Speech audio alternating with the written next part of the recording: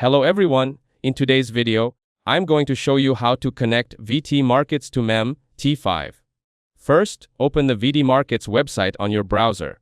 Here, go to the new tab and search for webtrader.vtmarkets.com. It will open a new website here.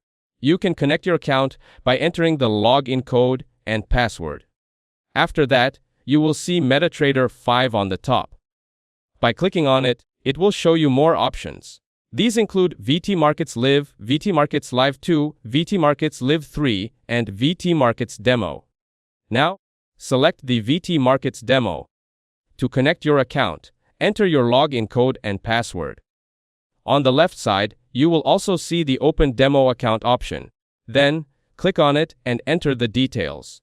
You need to enter your name, email address, and mobile phone number. Following that, choose your account type and the amount of money you want to deposit. Lastly, hit the Open Demo Account button to connect VT Markets to mt5. That's it. Thanks for watching. Don't forget to like and subscribe for more videos.